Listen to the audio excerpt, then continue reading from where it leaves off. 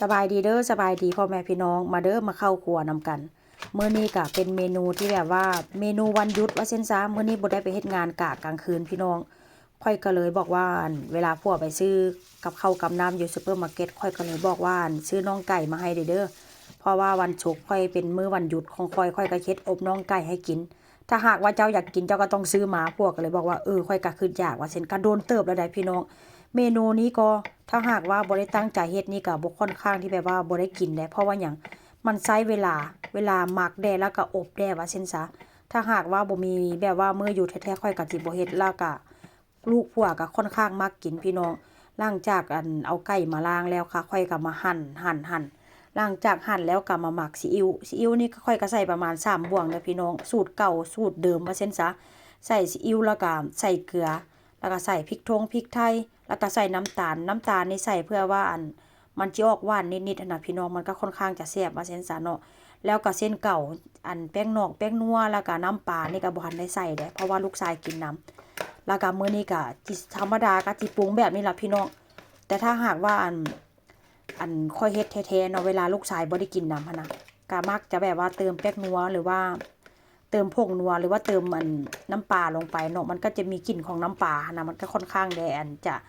รสชาติแบบจะเข้มข้นจักหน่อยแต่ว่าลูกชายกินน้ำนี่ก็น้ำปลาแป้งนัวนี่ก็บ่ทันได้ใส่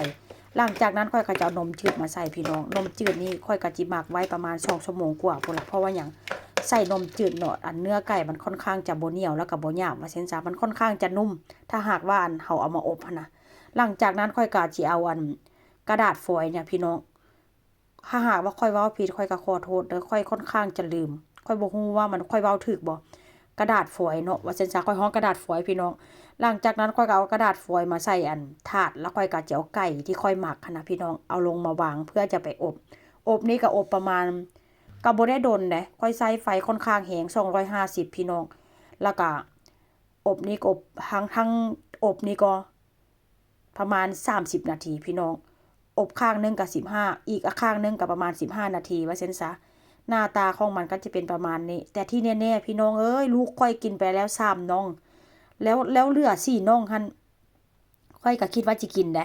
เฮ็ดไปเฮ็ดมาค่อยก็เลยเอาให้ผัวค่อยกินซะพี่น้องค่อยก็เลยแบบว่าย่าแหละค่อยสิต้มมาม่ากินเอาดอกว่าซั่นซะเพราะว่าหั่นค่อยกินผัวเพราะว่าจิบ่ได้กินค่อยก็เลยจิเฮ็ดกับข้าวอื่นๆให้ลูกกินให้ผัวกินว่าซั่นซะพี่น้องนี่ล่ะเมนูหน้าตาของมื้อนี้ ถามว่าแซ่บบ่แซ่บบ่เค็มบ่จางบ่จืดกับพอดีกินว่าเส้นซาเนื้อก็ค่อนข้างจะฉ่ำแต่ว่ากระดาษน่ะมันค่อนข้างจะไหม้หยังไหม้น้ำแบบน้ำซอสที่ค่อยหมักนะเพราะว่าค่อยเอาเทลงไปเนาะเพราะว่ามันเป็นนมพี่น้องมันก็เลยไหม้แต่ถามว่าเนื้อไก่มันไหม้บ่เนื้อไก่ก็บ่ได้ไหม้เด้อแล้วก็แซ่บลูกชายกินกับข้าวสวยร้อนๆลูกชายบอกว่าแซ่บย่องแม่ว่าซั่นแ